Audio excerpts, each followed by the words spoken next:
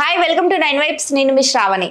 జనరల్గా మనకి లా గురించి చాలా డౌట్స్ ఉంటాయి. సో ఆ డౌట్స్ అన్ని క్లియర్ చేయడానికి మనతో పాటు ఉన్నారు సుప్రీంకోర్టు అడ్వకేట్ సాయి కృష్ణ ఆజాద్ గారు. సో మరిన్ని వివరాలు ఆయన్నే అడిగి తెలుసుకుందాం. నమస్కారం సార్. నమస్తే అండి. ఐపీ అంటే ఏంటి? ఐపీ అంటే ఇన్సాల్వెన్స్ పిటిషన్ అంటారండి. జనరల్గా చాలామంది ఏంటంటే ఈ ఐపీ అనేది ఎప్పుడు ఏ సందర్భంలో వస్తుందంటే, ఒక వ్యక్తి ఎవరైనా సరే ఒక వ్యక్తి సో అతను ఎక్కువగా అప్పులైపోయి తలకమించిన భారం అయిపోయి ఇక తాను కట్టలేని స్థితిలో ఉన్నప్పుడు, ఇక్కడ మనం ఆలోచించాల్సింది నిజాయితీగా ఉన్న వ్యక్తుల గురించి ఆలోచించాలి. ఇప్పుడు కొంతమంది ఏంటంటే ఐపీ పెట్టాలనే ఉద్దేశంతో వాళ్ళ ఆస్తులు కొనేసి దాన్ని ఆస్తుల్ని వేరే వాళ్ళ పేరు మీద బదలాయించేసి, అంటే ట్రాన్స్ఫర్ అంటాం మనం, ట్రాన్స్ఫర్ చేసేసి వాళ్ళు ఇంకా అలాగ కావాలని చెప్పి కోర్టుని తప్పుదోవ పట్టిస్తారు. అలాంటిది నేరం అండి. ఇప్పుడు నిజాయితీగా ఒక వ్యక్తి, ఇప్పుడు ఎగ్జాంపుల్ నేను చెప్తాను, ఒక బిజినెస్ చేస్తూ ఉన్నాడు. ఇప్పుడు ఈ రోజుల్లో మన కరోనా ముందు మాట్లాడుకుందాం. ఎందుకంటే నా దగ్గరికి వచ్చి చాలామంది క్లయింట్లు ఆ కరోనా ద్వారా వచ్చిన వాళ్ళే. కరోనాకు ముందు ఒక వ్యక్తి బిజినెస్ ఉంది, ఫుడ్ బిజినెస్ కానీ, లేదా బట్టల పరిశ్రమ కానీ, డ్రై ఫ్రూట్స్ బిజినెస్ కానీ, ఇంకేదైనా కానీ. ఎలా ఉంది? కరోనాకు ముందు మంచిగా బిజినెస్ అందరికీ బాగుందండి, చాలా మంచి బాగుంది. అదే తర్వాత కరోనా తర్వాత ఏమైంది అంటే ఆటోమేటిక్గా అందరూ ఆర్థికంగా నష్టాలు పాలవటం మొదలుపెట్టారు కదండి. చాలామంది హోటల్, పాపం మా తెలిసిన క్లయింట్ ఉన్నాడు, 50 లక్షలు పెట్టి రెస్టారెంట్ స్టార్ట్ చేశాడండి. చక్కగా మంచిగా స్టార్ట్ చేశాడు. కానీ ఏమైంది, కరోనా పెట్టడం వల్ల, వెంటనే కరోనా లాక్డౌన్ పెట్టడం వల్ల అతను మొత్తం లాభాలు నష్టమైపోయాడు. మొత్తం పెట్టిన ఇన్వెస్ట్మెంట్ అంతా వేస్ట్ అయిపోయింది. సో అతను ఎక్కడెక్కడ తెచ్చిన అప్పులు ఉంటాయి. సో అలా అంటే ఎగ్జాంపుల్ చెప్తున్నా. కొంతమంది బట్టల షాపు స్టార్ట్ చేసిన వాళ్ళు ఉంటారు, ఇలా కొంతమంది డ్రై ఫ్రూట్స్ బిజినెస్ ఉన్న వాళ్ళు ఉన్నారు. డ్రై ఫ్రూట్స్ బిజినెస్ ఎగ్జాంపుల్ చెప్పాలంటే, ఒక అతను ఉన్నాడు డ్రై ఫ్రూట్స్ బిజినెస్ చేస్తున్నాడు. చేసే సందర్భంలో ఏమైంది, ఆఫ్ఘనిస్తాన్లో తాలిబాన్స్ వచ్చారు, ఆటోమేటిక్గా ఆయన బిజినెస్ డౌన్ అయిపోయింది. అలాగే ఫుడ్ ఇండస్ట్రీ కానీ ఇవన్నీ చాలా ఉన్నాయి. సో నేను ఏమంటున్నా అంటే, వ్యక్తిగతంగా అతను ఇంటెన్షన్గా ఎవరు మోసం చేయాలనే ఉద్దేశం అతనికి ఉండదు. కాకపోతే అతను డబ్బులు ఎక్కడెక్కడ తీసుకొచ్చి బిజినెస్ స్టార్ట్ చేస్తాడు. అంటే ఆయన బ్యాడ్ లక్ ఏంటంటే, కొన్ని అనివార్య కారణాల వల్ల, ప్రకృతి వైపరీత్యాలు కానీ, టైం బాగోలేక కానీ, కొన్ని వాటి వల్ల ఆటోమేటిక్గా అతను అప్పులు పాలైపోతాడు. అప్పుడు అతను ఇన్సాల్వెన్స్ పిటిషన్ అనేది మనం దాఖలు చేసుకోవచ్చు. ఇన్సాల్వెన్స్ యాక్ట్ ఏదైతే ఉందో అది సెక్షన్ 10 కింద మనకి జిల్లా కోర్టులో లేదా సంబంధిత సీనియర్ సివిల్ జడ్జి కోర్టులో అది ఫైల్ చేసుకోవాల్సి ఉంటుందండి. తర్వాత మీకు ఇది అంటే నేనేమంటున్నానంటే, డబ్బులు ఎగ్గొట్టమని ఎవరు చెప్పరు. ఎందుకంటే నేను కూడా చెప్పను అట్లా. లాయర్గా ఓకే, లాయర్గా నేను చట్టం గురించి చెప్పొచ్చు, కానీ వ్యక్తిగతంగా ఎవరికి కూడా నా డబ్బులు ఎగ్గొట్టమని అని చెప్పకూడదు కదండి. ఎవరి సొమ్మైనా ఒకటే కదా. అయితే ఏమవుద్దంటే, ఈ ఎక్కడ ఐపీలో ఎలా ఒక వ్యక్తి ఐపీ పెట్టాడు అనుకోండి, ఆ సందర్భంలో అతనికి ప్రెజర్ స్టార్ట్ అవుద్ది. ఏమని అంటే, ఖచ్చితంగా నువ్వు డబ్బులు కడతావా, చస్తావా, లేదా నేను అది చేస్తా, ఇది చేస్తా, పొడి చేస్తా, చంపేస్తా, నరికేస్తా అని రకరకాల వ్యక్తులు రకరకాల మాటలు జారుతారు. దానివల్ల ఏమవుతుంది, ఇప్పుడు ఉదాహరణకు మనం చూసుకుందాం, ఈ మధ్యకాలంలో ఆయన ఎవరో డ్యాన్స్ మాస్టర్ ఒక ఆయన ఉన్నాడు చూడండి. మరి సరే, ఆయనకున్న వ్యక్తిగత విషయాలు మనకు తెలియదు, కానీ మనం చూసింది ఏంటి, అప్పులు పాలైపోయి చనిపోయాడు అని చెప్పాను. అలాగే మనం ఎవరికైనా అప్పిచ్చేటప్పుడు కొన్ని జాగ్రత్తలు తీసుకోవాలి. లేదు మన టైం బాగోలేదు, మన ప్రెషర్ పెడితే ఏమవుతాడు, అతను చనిపోతాడు. చాలా జరుగుతుంది. ఇప్పుడు సూసైడ్ చేసుకున్న, అప్పుల బాధ ఎక్కువయ్యి, అవమాన బాధ తట్టుకోలేక ఇన్ని రకాలు. అప్పుడు మీకు ఆ రూపాయి కూడా రాదుగా, ఉల్టా మీ మీదే కేసు అవుతుంది. సరే, ఈ మధ్య అంటే ఐపీల వల్లే చాలా సందర్భాల్లో చాలా మంది చనిపోయారని వింటున్నాం, ఇది నిజమేనా సార్?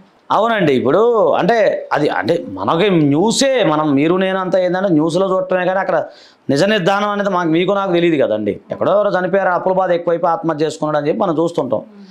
సో నేను ఏమన్నానంటే, అంత దాకా వెళ్ళొద్దంట, అలానే డిప్రెషన్ గురి అవ్వద్దు.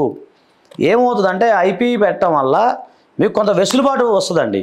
అంటే ఇప్పుడు ఈరోజు ఐపీ ఫైల్ చేశారనుకోండి, ఒక 1 year 2 years మీకు ఊపిరి పీల్చుకునే అవకాశం ఉంటుంది. ఆ టైంలో మీరు అదృష్టం బాగుంటే మళ్ళీ మీరు బిజినెస్ స్టార్ట్ చేసి, అదృష్టం బాగుంటే ఏదైనా బిజినెస్లో మీరు మళ్ళీ డబ్బు సంపాదించారనుకోండి, మీరు వెంటనే ఆ డబ్బులు తిరిగి కట్టేయచ్చు. సరే, ఇప్పుడు అంత కట్టకపోయినా ఎంతో కొంత, ఇప్పుడు something is better than nothing అని అలా కట్టేసి బయటపడవచ్చు, అప్పులు ఊబులోంచి బయటపడవచ్చు. ఆ విధంగా మీరు దీన్ని వాడుకోవాలి తప్ప ఇంటెన్షనల్గా ఇన్సాల్వెన్స్ పెట్టండి, ఆ ఇంటెన్షనల్గా మేము ఇట్లా ఎదుటి వ్యక్తిని మోసం చేయాలంటే అది నేరం. ఎందుకంటే కోర్టు వారు రిసీవర్ని అపాయింట్ చేస్తారు. నిజంగా అయితే గతంలో ఏమైనా ఆస్తులు అమ్మాడా ఏంటి, ఏంటంటే ఈ ఐపీ దాఖలు చేసే ముందు కొంతమంది ఏం చేస్తారు, తెలివిగా ఆయన పైన ఆస్తులను అమ్మేస్తూ ఉంటారు. అమ్మేసి సార్ ఇట్లా ఐపీ పెట్టేసా అంటారు. అలాంటివి కూడా కోర్టు వారు గమనిస్తారు, అప్పుడు ఇబ్బంది అవుతుంది. సరే, ఐపీ వల్ల ఆధార్ కార్డులు, పాన్ కార్డులు ఇవన్నీ పోతాయి అని అంటూ ఉంటారు. సరే, ఇది నిజమేనా? లేదండి, అది అబద్ధం. చాలామందికి తెలియదు. ఇది మధ్యలో కూడా అంటారు, ఐపీ పెట్టామంటే నువ్వు చచ్చిపోయినట్టు కింద లెక్కారా బాబు, నువ్వు చనిపోయినట్టు కింద లెక్కే అని అంటుంటారంట. నాకు తెలియదు, నాకు వచ్చిన క్లయింట్లు చెప్తూ ఉంటారు. తర్వాత ఆధార్ కార్డు పాన్ కార్డు రద్దు అయిపోతే ఇక నువ్వు ఈ దేశం నుంచి వెళ్ళిపోవాలనే వాళ్ళు ఉంటారంట. నాకు అది అవన్నీ అంటే ఎవరో చెప్తారు క్లయింట్లు, అవన్నీ అబద్ధాలని, అలాంటి అపోహలు మాత్రమే. మీ సర్టిఫికేట్లో పోతాయనో, లేకపోతే మీ ఆధార్ కార్డు రద్దు అవుద్దనో, లేకపోతే ఓటర్ ఐడి కార్డు పోతుందనో అలా ఏముండదు. అయితే ఏంటంటే కొన్ని ఐపీ ఎప్పుడు మీరు ఇన్సాల్వెంట్గా కోర్టు వారు డిక్లేర్ చేసినప్పుడు, అయితే కొన్ని ప్రభుత్వ పదవులు కొన్ని ఉంటాయండి, దానికి దివాలా తీసిన వ్యక్తి పనికిరాడు, అర్హుడు కాదనమాట. కొన్ని పదవులు ఉంటాయి. సో ఆ పదవుల్లో దానికి అతను ఇన్సాల్వెంట్ అనే వ్యక్తి దానికి అర్హుడు కాదు. అలాంటి పదవులు మీరు ఉన్నప్పుడు మీకు రాదు తప్ప, అంతేగాని ఐపీ పెట్టినంత మాత్రం చచ్చిపోయినట్టు కాదు, మీ సిటిజన్షిప్ ఏమి పోదు. అలాగే మిమ్మల్ని భారతదేశం నుంచి ఎవరు కూడా బయటికి పంపించరు. దానికి దీనికి ఎలాంటి సంబంధాలు లేవు. కాబట్టి ఇదంతా అపోహ అండి, అంత అపోహ అది. సార్, భార్యకి ఏ సందర్భంలో భరణం రాకుండా ఉంటుంది? సో ఏ సందర్భంలో మీకు భరణము రాదు అనుకున్నప్పుడు కొన్ని సందర్భాలు, ప్రత్యేక సందర్భాలు కొన్ని ఉన్నాయి. ఆ సందర్భంలో భార్యకి భర్త మెయింటెనెన్స్ ఇవ్వాల్సిన అవసరం లేదు. ఓకేనండి. సో అలాంటి సందర్భాలు ఏంటంటే ముఖ్యంగా భార్య కనుక వ్యభిచారం చేసినట్లయితే ఆ విషయము భర్తకి తెలిసి సరైన ఎవిడెన్స్ కనుక ఉన్నట్లయితే దాన్ని కనుక మన కోర్టులో సబ్మిట్ చేసినప్పుడు కోర్టు వారు దాన్ని విచారించి ఓకే అంటే దాన్ని అడాల్టరీ గ్రౌండ్ అంటాం మనం. అంటే యాక్చువల్లీ ఇప్పుడు ఐపీసీలో అడాల్టరీ లేదు, అంటే ఇప్పుడు బిఎన్ఎస్ వస్తుందండి, భారత న్యాయ సంహిత వస్తుంది. కానీ ఇప్పుడు మనకేంటంటే అడాల్టరీ కింద చూసుకుంటే అడాల్టరీ అనేది ప్రజెంట్ భారతదేశంలో రద్దయింది. సో అంటే ఒక మేజర్ అయిన ఒక స్త్రీ తను భర్తతో సంసారం చేస్తూ వేరే వాళ్ళతో ఇల్లీగల్ రిలేషన్షిప్ పెట్టుకున్నా కూడా అది నేరం కాదు ఇప్పుడున్న పరిస్థితుల్లో. అది స్త్రీ అయినా పురుషుడైనా ఎవరైనా సరే, అంటే వేరే వాళ్ళతో అక్రమ సంబంధం అనేది నేరం కాదు ఇప్పుడున్న పరిస్థితుల్లో. కాబట్టి కానీ కోర్టు వారు ఏం చెప్పారు, ఆ యొక్క అక్రమ సంబంధం లేదా కొంత వ్యభిచారం కనుక దొరికినట్లయితే దాన్ని బేస్ చేసుకొని మీరు డైవర్స్ తీసుకోండి. అలాగే ఎవరైతే ఉన్నారో సంబంధిత భార్య ఎవరైతే ఉన్నారో వారికి మెయింటెనెన్స్ రాదు అని చెప్పి కోర్టు వారు చెప్పడం జరిగింది. సో ఆ సందర్భంలో మెయింటెనెన్స్ వాళ్ళకి ఇవ్వాల్సిన అవసరం లేదు. అలాగే 125 సిఆర్పిసి సబ్సెక్షన్ 1 ఉందండి క్లియర్గా. దాంట్లో ఏంటంటే తనను తాను పోషించుకోలేని స్థితిలో ఉన్న భార్యకి మాత్రం భరణం చెల్లించాల్సిన క్లియర్గా ఉంది. సో అంటే ఆమె పోషించుకోలేని స్థితిలో ఉన్నప్పుడు మాత్రమే భరణం చెల్లించాలి. అంటే ఒక వ్యక్తి జాబ్ చేస్తున్నారు, ఒక మహిళ జాబ్ చేస్తూ ఉంది, ప్రతి నెల ఆమె ఎంతో కొంత సంపాదిస్తూ ఉంది, అలాంటప్పుడు కూడా మనం భరణం చెల్లించాల్సిన అవసరం లేదు. ఓకేనండి. తర్వాత డైవర్స్ ఇచ్చేశారు ఆయన భార్యకి డైవర్స్ ఇచ్చేశాడు. ఇచ్చే సందర్భంలో భార్య వేరే వారిని పెళ్లి చేసుకుంది, డైవర్స్ అయిపోయిన తర్వాత భార్య వేరే వాళ్ళని పెళ్లి చేసుకుంది. ఆ సందర్భంలో కూడా మీరు మెయింటెనెన్స్ కట్టాల్సిన అవసరం లేదు. అంటే ఏ అనే వ్యక్తి ఉన్నాడు, బి అనే వ్యక్తి, బి ఇద్దరు మాట్లాడు, ఏ అనే వ్యక్తి భర్త, బి అనే వ్యక్తి భార్య అనుకుందాం. ఆమె ఏమవుతుందంటే మీకు మామూలుగా ఆమె డైవర్స్ తీసుకొని వేరే వాళ్ళని పెళ్లి చేసుకుంది. అప్పుడు కల్లా ఇతను ఆమె డైవర్స్ తీసుకున్న తర్వాత ఇతను మెయింటెనెన్స్ ఇస్తూ ఉన్నాడు, ఆమెకి మెయింటెనెన్స్ అనేది చెల్లిస్తూ ఉన్నాడు. అయితే సడన్గా ఏమవుతుంది, ఆమె వేరే వాళ్ళని పెళ్లి చేసుకుంది, అప్పుడు ఈ మెయింటెనెన్స్ అతను ఆపేయచ్చు, మెయింటెనెన్స్ ఇవ్వాల్సిన అవసరం లేదు. అలాగే ఏ సందర్భంలో మళ్ళీ ఇవ్వాల్సిన అవసరం లేదంటే పర్మనెంట్ అల్యూమనీ అంటాం. అంటే కొన్ని సందర్భాల్లో నెల ఎంత ఇవ్వండి అంటే నెలకి ఇంత కోర్టు వారు చెప్పినంత ఇవ్వకుండా కొంతమంది అంటే పర్మనెంట్ అల్యూమనీ ఇస్తుంటారు. అంటే ఉదాహరణకి మనం అంటే పేర్లు చెప్పకూడదు, కొంత సినిమా యాక్టర్ల గురించి మనం ఈ మధ్యకాలంలో చూసాం, చాలామంది డైవర్స్లు తీసుకున్నారు. వాళ్ళ మెయింటెనెన్స్ ఎందుకు ఉండదు? ఇప్పుడు హీరోయిన్ మన డైవర్స్ తీసుకున్నారు ఒకరికి సంబంధించిన వాళ్ళు, లేదు ఒక క్రికెటర్ ఒకరు డైవర్స్ తీసుకున్నారు. ఎందుకు వాళ్ళకి మెయింటెనెన్స్ ఉండదంటే వాళ్ళ ముందే భవిష్యత్తులో ఎలాంటి మెయింటెనెన్స్ వేయకూడదని చెప్పి ఒక లంసం ఇచ్చేస్తారు. ఓకే, ఇంత అమౌంట్ సరే వాళ్ళ స్థాయిలో కోట్లు ఉండొచ్చు, జనరల్ వ్యక్తులు లక్షలు ఉండొచ్చు, ఎంతనా కానీ ఏం చేస్తారంటే ముందే లంసం, నువ్వు మా జోలు రావద్దు, ఇక మా ఆస్తుల జోలు రావద్దు, తర్వాత మాకు సంబంధించిన మెయింటెనెన్స్ విషయాలు నువ్వు వేయకూడదు, ఎలాంటి కోర్టు సంబంధించిన యాక్షన్ మీరు తీసుకోవద్దు. ఒకేసారి మీకు ఎంత అమౌంట్ ఇన్ని కోట్లు ఇచ్చేస్తాను మా స్థాయిలో ఇచ్చేసి వాళ్ళు రాయించుకుంటారు, ఎంఓఈ రాయించుకొని అది కస్టడీ క్లియర్గా క్లోజ్ చేసుకుంటారు. సో దానివల్ల అక్కడ వాళ్ళకి భరణము కోర్టు చుట్టూ తిరగటాలు ఇవన్నీ ఉండవు. మీకు అర్థమవుతుంది లాజిక్? అలాంటి మేము చేస్తుంటాం, మా దగ్గరికి వస్తుంటారు చాలామంది వస్తుంటారు, పెద్ద వాళ్ళు కూడా బిగ్ షాట్లు కూడా వస్తుంటారు. సో వాళ్ళందరికీ మేము అదే చేసి పెడుతుంటాం.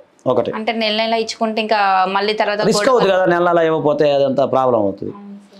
ఆ సందర్భంలో కూడా రాదు. తర్వాత ఒక మహిళ తనకు తానుగా నేను మెయింటెనెన్స్ నాకు వద్దు అంటే మామూలు చెప్తున్నాను, నా మెయింటెనెన్స్ నాకు వద్దండి, నేను రిలింక్విష్ చేసుకున్నాను నా మెయింటెనెన్స్ని, నాకు ఇవ్వాల్సిన అవసరం లేదని చెప్పి తనకు తానుగా జడ్జికి చెప్పుకుంది అనుకోండి. ఆ తర్వాత మళ్ళీ ఆ సందర్భంలో కూడా ఆమెకి మెయింటెనెన్స్ రాదు, ఆ సందర్భంలో కూడా రాదు. ఇదే కాకుండా మళ్ళీ కొన్ని మ్యూచువల్ డైవర్స్ తీసుకుంటాం. మ్యూచువల్ డైవర్స్ తీసుకున్నప్పుడు దాంట్లో కూడా డిగ్రీలో కూడా మెయింటెనెన్స్ నేను అడగను అని చెప్పి ఆమె భార్య కనుక రాసిచ్చింది అనుకోండి, అదే డిగ్రీ మనకు వచ్చింది. ఆ డిగ్రీలో నేను I will not claim any maintenance in future అని చెప్పి రాసింది అనుకోండి, ఆ సందర్భంలో కూడా ఆమెకి మెయింటెనెన్స్ రాదు. సో ఇలాంటి సందర్భాలు ఏంటంటే ఇవన్నీ ఎక్స్పీరియన్స్తో వచ్చేయండి. ఇవన్నీ చట్టంలో మనకు తక్కువ దొరుకుతుంది, కానీ ఇవి ఎక్స్పీరియన్స్ మీద మేము చేసిన కేసుల ద్వారా మన వాళ్ళకి మనం తెలియజెప్తాం. ఈ సందర్భంలో మెయింటెనెన్స్ రాదు. అంటే ఏంటంటే ఒక మహిళ బాగా చదువుకొని బాగా ఆమె ఉద్యోగం చేసుకుంటున్నప్పుడు అది కనుక భర్త కనుక రుజువు చేస్తే మెయింటెనెన్స్ ఇవ్వాల్సిన అవసరం లేదు ముఖ్యంగా. అదండి సార్. ఇప్పుడు ఒక వ్యక్తి అప్పు తీసుకుంటాడు, అప్పు తీసుకున్నంత మాత్రాన తీసుకున్న వ్యక్తిని ఇచ్చిన వ్యక్తి కొట్టే హక్కు ఉందా? లేదండి. అది మనం ఏదో వీడియో నేను కూడా చూసాను, నాకు ఎవరో పెట్టారు, అది ఆయన అరెస్ట్ చేసినట్టున్నారు, అరెస్ట్ చేశారు ఉన్నట్టుంది. ఇదే కాదండి, అప్పు తీసుకున్నంత మాత్రాన అరెస్ట్ చేయమని కూడా ఎక్కడా లేదు. ఇప్పుడు మనం క్రెడిట్ కార్డు తీసుకుంటాము, వాళ్ళు ఇంటికి వచ్చేసి ఇంటి ముందు కూర్చొని తలుపులు కొట్టేసి బాధేసి బూతులు మాట్లాడి అలా చేయకూడదు. అలాగే చాలామంది చూస్తున్నాం బండి అమ్మాయిలు కట్టలేరు, చూస్తుంటాం రికవరీ ఏజెంట్లు వస్తుంటారు, వచ్చి నువ్వు బండి అమ్మాయి కట్టలేదురా అదిరా ఇదిరా బూతులు మాట్లాడే రైట్ వాళ్ళకి కూడా లేదు. అంటే రివర్స్లో కేసు పెట్టచ్చు వాళ్ళు. అంటే రివర్స్ కొడితే కేసు పెట్టాలి కదా. చట్టాన్ని చేతిలో తీసుకున్న హక్కు మీకు లేదు. నీకు అప్పు ఇచ్చావు, సరే అది ఎంత ఇచ్చావు, 10,000 ఇచ్చావు, 20,000 ఇచ్చావు, 30,000 ఇచ్చావో ఎంతన్నా కానీ ఇచ్చినప్పుడు నువ్వు కొట్టే రైట్ నీకు ఎలా ఉంటుంది? కొట్టమని చెప్తారు, చట్టంలో ఉందా? చట్టాన్ని చేతులు ఎప్పుడు తీసుకోవద్దు కదా. నువ్వు అప్పించినది నాకు కొట్టే రైట్ అయితే నీకు లేదు. ఫస్ట్ ఆఫ్ ఆల్ ఎదుటి వాళ్ళని హట్టు చేసే రైట్ కూడా నీకు లేదు. ఎందుకంటే భారత రాజ్యాంగం ఆర్టికల్ 21 క్లియర్గా ఉంది, జీవించే హక్కు. అంటే ఒక వ్యక్తి జీవిస్తున్నాడు అంటే అర్థం ఏంటండి?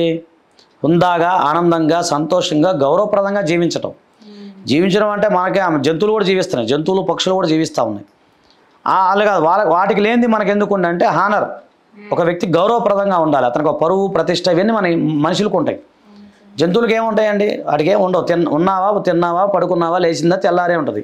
కానీ ఒక మనిషికి ఎన్ని పరువు ప్రతిష్ట గౌరవప్రదం, తర్వాత ఎవరిని ఏదైనా ఫీల్ అవటాలు ఇవన్నీ మనం అనుకుంటాం. ఫీల్ అయ్యావా, సారీ, ఇన్ని రకాలు ఎందుకు వస్తాయి? ఎందుకు వస్తాయంటే ఆర్టికల్ 21 ప్రకారం జీవించే హక్కులో భాగమే ఇవన్నీ. ఒక వ్యక్తిని హుందాగా, ఆనందంగా, సంతోషంగా ఏంటి జీవించాలనే చెప్తుంది మొత్తం మన భారత రాజ్యాంగం చెప్తుంది. సో ఆ సందర్భంలో నువ్వు రైట్ టు హానర్ కింద ఒక వ్యక్తిని కొట్టాల్సిన రైట్ నీకు లేదు కదా. ఇంకొకటి అసలు ఎవరికి లేదు ఒక వ్యక్తిని కొట్టే రైట్. పోలీసు వారికి కూడా మన కొట్టే రైట్ లేదు. పోలీసు వారికి అదంతా పోలీసు వారికి మనకు కొట్టే రైట్ లేనప్పుడు ఒక సామాన్య వ్యక్తిని ఇంకో వ్యక్తి ఎలా కొడతాడు? కొట్టే రైట్ ఎక్కడ ఉంది? నీకు డబ్బులు ఇచ్చినంత మాత్రాన. కాబట్టి లోన్ యాప్లు ఉన్నాయి, ఈ మధ్యకాలం లోన్ యాప్లు చూస్తూ ఉన్నాం. లోన్ యాప్లు తీసుకుంటారు చాలామంది, తీసుకొని సూసైడ్ చేసుకున్న వాళ్ళు ఉన్నారు. లోన్ యాప్ల వల్ల సూసైడ్ చేసుకున్న వాళ్ళు చాలామంది ఉన్నారు. అలాంటివి ఉన్నప్పుడు మీరు భయపడాల్సిన అవసరం లేదు. మీరు పోలీస్ స్టేషన్కి వెళ్ళి కంప్లైంట్ చేయండి. ఒకటి అంటే నేను అప్పులు తీసుకున్న వాళ్ళు ఎవరైతే ఉన్నారో ఎగ్గొట్టమని కాదు నా ఉద్దేశం. మీరు కట్టండి సకాలంలో, మీది కూడా తప్పు ఉంది కదా. ఇప్పుడు ఎలా ఉంటుందంటే తీసుకునేటప్పుడేమో చాలా ప్రేమగా మాట్లాడతారు ఇచ్చేదాకా. అది అందరికి ప్రతి ఒక్కరికి అనుభవే. ఇప్పుడు మీకు కూడా అనుభవం, నాకు కూడా అనుభవం. రేపు ఇస్తామన్నా, పారిపోతామా, అదే భలేవాడి చిన్నప్పుడు నువ్వు తెలియదా, ఇన్ని మాటలు చెప్తారు. మనం ఇచ్చిన వాడితే తెల్లారి ఫోన్ ఎత్తాడు, స్విచ్ ఆఫ్ పెట్టుకుంటారు, బ్లాక్లో పెడుతుంటారు. ఇక మరి అది ఆ బుద్ధి వాళ్ళకు ఉండాలి కదండి. ఎవరికైనా కోపం వస్తుంది. ఇప్పుడు మనం అంటే న్యాయవాదిగా నేను కొట్టమని నేను అన్నాం, అది తప్పది. ఇప్పుడు ఏంటంటే కొన్ని సందర్భాల్లో చిల్లర డబ్బులు ఉంటాయి. ఇప్పుడు చిన్న చేయబదులు ఉంటాయి, మనం చేయబదులు అంటాం, అంటే హ్యాండ్ లోన్ అంటాం. ఏదో తెలిసిన వ్యక్తి ఎవరో మన కొలిగ్గో ఎవడో ఫ్రెండో ఉంటాడు, అన్న ఒక 5,000 పంపించన్నా అంటాడు. మన లేవురా అంటారు, లేదన్నా నేను తెల్లారిస్తా అంటాడు. అట్లా చెప్తున్నా, సరే మనం ఇచ్చేసాం, ఇచ్చినట్టు ఆడెవడేగా, అప్పుడు మనం ఏం చేయగలుగుతాం? ఇది ప్రాబ్లం అవుతుంది. అందుకని ఏంటంటే ఇక మీరు ఇవ్వకూడదని నేను అన్నాం. వాళ్ళ యొక్క నమ్మకం మీద ఉండాలి. తీసుకున్న వాళ్ళు కూడా ఏంటంటే తీసుకొని ఎగ్గొట్టడం అనేది తప్పు పద్ధతి, అది చాలా తప్పు. డబ్బులు ఎవరికి ఊరికినా రావు. సరే ఎంత బాధ అనిపిస్తుంది అంటే కష్టపడి నేను మొన్న ఒక వాళ్ళే మన దగ్గరికి వచ్చారు, ఒక ఛానల్కి సంబంధించిన వాళ్ళే, ఏదో తెలిసిన ఆయన అని చెప్పేసి 50,000 ఇచ్చింది ఆమె, మామూలుగా ఇచ్చారు ఆమె. తర్వాత ఇంతవరకు ఇలా 2 years అవుతుంది. అది నేను ఎప్పుడు మన కళ్ళ ముందే ఉంటాడు, అడిగితే రేపిస్తా, ఎల్లుండిస్తా రేపిస్తావు అని. ఇప్పుడు ఏం చేయాలి సార్ అంటారు. సరే అమ్మ నువ్వు ఎలా పంపించావు? నేను ఇలాగా గూగుల్ పే ద్వారా చేశానండి. గూగుల్ పే ద్వారా చేస్తే ఎవిడెన్స్ ఉంటుంది. మీరు బైక్ క్యాష్ ఇస్తే ఆ ఎవిడెన్స్ కూడా ఉండదు కదా. గూగుల్ పే ద్వారా చేశాను, మళ్ళీ అది బ్యాంక్ స్టేట్మెంట్ తీసుకొని, ఆయన బ్యాంక్ స్టేట్మెంట్ తీసుకొని దాన్ని ఎస్టాబ్లిష్ చేసుకుంటే నోటీస్ పంపించాం. సరే తర్వాత ఆయన వచ్చాడు, ఇస్తాను అన్నాడు, అది అయిపోయింది. సో అలాగే మీరు కొన్ని సందర్భాల్లో క్యాష్ ఇచ్చారనుకోండి, మనం ఏమీ చేయలేము, వాళ్ళని ఎవిడెన్స్ ఉండదు. అందుకని నేను ఏమంటానంటే జస్ట్ మీరు ఒక 5,000 ఇచ్చినా 10,000 ఇచ్చినా ఇగోండి, జస్ట్ ఇలాంటి ఒక పేపర్ తీసుకోండి, జస్ట్ ఈ పేపర్ ఎంత ₹10 ఉంటుంది. ఒక రెవెన్యూ స్టాంప్ ఉంటుందండి, జస్ట్ రెవెన్యూ స్టాంపు జస్ట్ ₹1 ఉంటుంది. నేను ఇప్పుడు మా దగ్గర ఉంటుంది, ఇవ్వండి రెవెన్యూ స్టాంపు, జస్ట్ ఇది ₹1 ఉంటుందండి. ఇవ్వండి ఇది రెవెన్యూ స్టాంపు. ఇది ఎంత ఉంటుంది? ₹1 మీకు అంతే, ₹1 ఇది. అవును, మా దగ్గర కూడా ₹1. ఇప్పుడు బయట కూడా మొత్తం రాసేసి ఆ స్టాంప్ రాసేసి ఆల్రెడీ ఉంటుంది. ఏముందండి, జేబులో పెట్టుకొని తిరగండి, ఒక పర్సులో పెట్టుకోండి, ₹5 అవుతాయి. ఎవరైనా అడిగారు దాని మీద అంటించి ఇలాగ నేను సో పలాని వారి దగ్గర నేను డబ్బులు తీసుకుంటున్నాను, సో నేను వారికి పలాని సమయంలో చెల్లించగలవాడను, లేదంటే మీరు ఎలాంటి యాక్షన్ తీసుకోవచ్చు ఒక రాయం చేసుకోండి, అయిపోయింది. ₹2తో అయిపోద్ది మీకు. అది 10,000 ఇచ్చినా 5,000 ఇచ్చినా సొమ్మే కదండి. ₹2 ఏమి మీకు వచ్చాక నష్టమే ఉంది. లేదు మీకు ప్రింటెడ్ ఫామ్స్ ఉన్నాయి బయట దొరికితే, మీరు అన్నట్టు ₹5 పెడితే ప్రింటెడ్ ఫామ్స్ తెచ్చుకున్న 10 పెట్టుకోండి, మీ దగ్గర 10-20 పెట్టుకోండి, బ్యాగ్లో పెట్టుకోండి, సంచిలో పెట్టుకోండి, సంతకం పెట్టుకొని తీసేసుకోండి. సరే, ఇప్పుడు రెవెన్యూ స్టాంప్ ఉంటే కేసు పెట్టచ్చా? ఎక్సలెంట్గా పెట్టాలి. మీరు ఇట్లా తెల్లకాయతల మీద రాసుకుంటే చల్లదు, గుర్తుపెట్టుకోండి. నేను అదే చెప్పిన, ఇట్లా తెల్లకాయతల మీద అంటే తెల్లకాయతల మీద మ్యాటర్ ఉండాలి, ఇక్కడ రెవెన్యూ స్టాంప్ అన్నించి మీద సంతకం ఉండాలి. ఓకే, రెవెన్యూ స్టాంప్ మీద ఇట్లా సంతకం ఉండాలన్నమాట. సంతకం ఉన్నప్పుడు ఏమవుతుందంటే అప్పుడు అతను డబ్బులు తీసుకున్నట్టు లెక్క. ఎందుకంటే గవర్నమెంట్ వారి అథారిటీ కోసం ₹1 స్టాంప్ పెడతాం మనం. మీకు ₹1 నుంచి ఎంతైనా రాసుకోవచ్చు అమౌంట్, మీరు రుజువు చేయగలిగినంత వరకు మీరు ఎంతైనా రాసుకోవచ్చు. మీకు అమౌంట్ నేను ఇంత కెపాసిటీ నీకు ఇవ్వగలుగుతాను అన్నంత వరకు కూడా మీరు ఎంతవరకైనా రాసుకోవచ్చు. అది బెటర్ కదా, అది చేయమని చెప్తాను నేను. అది చిన్న విషయం అయినా సరే తర్వాత దాన్ని కోర్టులో తీసుకెళ్తామా, దాన్ని ఏంటంటే సెకండరీ థింగ్. ముందే మీ దగ్గర ఎవిడెన్స్ ఉంటుంది కదా, ఆయన అడగాలన్నా కూడా మీ దగ్గర ఎవరైనా పెద్ద మనుషులను పెట్టి మాట్లాడాలన్నా, లేదా ఎవరైనా మాలాంటి అడ్వకేట్ ద్వారా నోటీస్ పంపించాలన్నా మీ దగ్గర ఎవిడెన్స్ ఉంటుంది. అలాగే నోటి మాట మీద మా వాడేలే, మా తమ్ముడేగా, మా మామయ్యగా, మా బాబాయేగా అని చెప్పి టక్కన మీరు ఇచ్చేసారనుకోండి, తర్వాత మీరు ఏమీ చేయలేరు. పరిస్థితులు అట్లా ఉన్నాయి. మనుషులు నమ్మే స్థితిలో ఈరోజు లేవు. కాబట్టి మీరు ఎంత జాగ్రత్త తీసుకున్నా ఎగ్గొట్టే వాళ్ళు ఎగ్గొట్టుతూనే ఉంటారు. కాబట్టి ఏంటంటే ఇప్పుడున్న పరిస్థితుల్లో మీరు తగు జాగ్రత్తలు తీసుకొని డబ్బులు ఇవ్వండి. అది నేను చెప్పే సలహా అయితే అది. సార్, భర్త ఆస్తి ఇద్దరు భార్యలకి సమానంగా వస్తుందా? లేదండి, రాదు. ఎలా సార్? లేదు, చట్టంలో లేదు కదా. ఇప్పుడు ఒక వ్యక్తి మంది వచ్చేసరికి ఒక వ్యక్తి మొనోగమి అంటాం. అంటే మన భారతదేశంలో ఏకపత్ని వృత్యం మాత్రం ఉంది. అది ఏది హిందూ సాంప్రదాయం ప్రకారం ఒక వ్యక్తి ఏకపత్ని వృత్తుడు మాత్రమే. అంటే భార్య బతుకుండగా ఇంకో వివాహం చేసుకోకూడదు. అంటే ఒక వ్యక్తి భార్య బతుకుండగా ఇంకో వివాహం చేసుకోకూడదు. భార్యకి లీగల్గా చట్టబద్ధంగా డైవర్స్ ఇవ్వకుండా ఇంకో వ్యక్తిని చేసుకోకూడదు. అటప్పుడు మీకు సెకండ్ వివాహం అనేది చెల్లదు.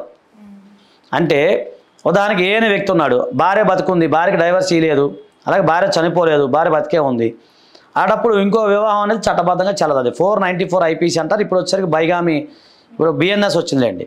BNS ప్రకారం 82 కింద నేరం అది. అంటే ఒక భార్య బతుకున్నప్పుడు ఒక భార్యకి విడాకు లేకుండా భర్త కనుక ఇంకో వ్యక్తిని కనుక వివాహం చేసుకుంటే అది అంటే ఇప్పుడు IPC ప్రకారం 494, భవిష్యత్తులో BNS ప్రకారం 82, 83 వస్తుంది.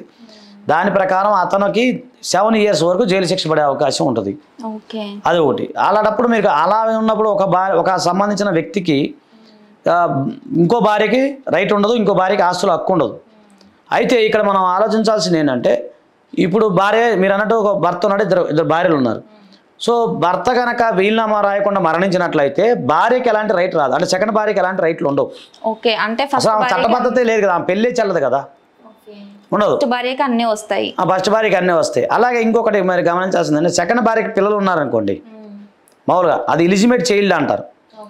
సో ఏదైనా కానీ ఎలిజిమేట్ అనేది పక్కన పెడితే వారికి అయితే మాత్రం సమాన హక్కులు ఉంటాయి. అంటే ఇతను ద్వారా జన్మించిన పిల్లలు ఎవరైతే ఉన్నారో సెకండ్ వైఫ్కి, ఆయనకు ఒక 2 పిల్లలు ఉన్నారనుకుందాం, ఫస్ట్ భార్యకు 2 పిల్లలు ఉన్నారనుకోండి, కానీ నలుగురికి కలిపి సమాన హక్కులు ఉంటాయి. ఓకే, భార్యలకి హక్కులు ఉండవు, కానీ వారు పుట్టిన పిల్లలకి హక్కులు ఉండవు. మీరు సీతారామరాజు సినిమా చూసారా? సీతారామ నాగార్జున గారిదిను కోట శ్రీనివాసరావు వాళ్ళు ఉంటారు చూడండి, కొట్టుకుంటూ ఉంటారు ఎప్పుడు. అంటే నేను ఊరిని ఎగ్జాంపుల్ చెప్తున్నా. సినిమా ఎందుకు అన్నాడు, సినిమాలో ఆ కాన్సెప్ట్ ఉంటుందని చెప్తున్నా, మీకు లీగల్గా నాలెడ్జ్ కోసం చెప్తున్నా. ఆ సినిమాలో ఏమవుతుందంటే, పెద్ద ఆయన చనిపోతే 2 భార్యలు ఉంటారు, 2 పిల్లలు అనమాట. ఈ సారు నాగార్జున గారు అనుకుంటా, ఆయన ఈ పక్కన ఎప్పుడో చిన్నప్పుడు చూసిన. సో ఆ విధంగా అని మీకు ఎగ్జాంపుల్ చెప్తున్నా, అంతే. ఆ సినిమా చూడమని కాదు, లేదా దాని గురించి మాకు సంబంధం లేదు. అలా ఉంటుంది అన్నమాట. అంటే ఒక వ్యక్తి ఏ అనే వ్యక్తి B అనే ఇద్దరిని చేసుకున్నాడు అనుకోండి, ఆ Aకి సంబంధించిన 2 పిల్లలు, Bకి సంబంధించిన 2 పిల్లలు పుడితే ఇతను కనుక ఇతర ఆస్తి నలుగురికి సమానం వస్తుంది అనమాట. అంటే పుట్టిన పిల్లలకు కూడా సమాన హక్కు ఉండదు. కానీ ఆ బతికున్న భార్యకి రాదు, ఆస్తి రాదు.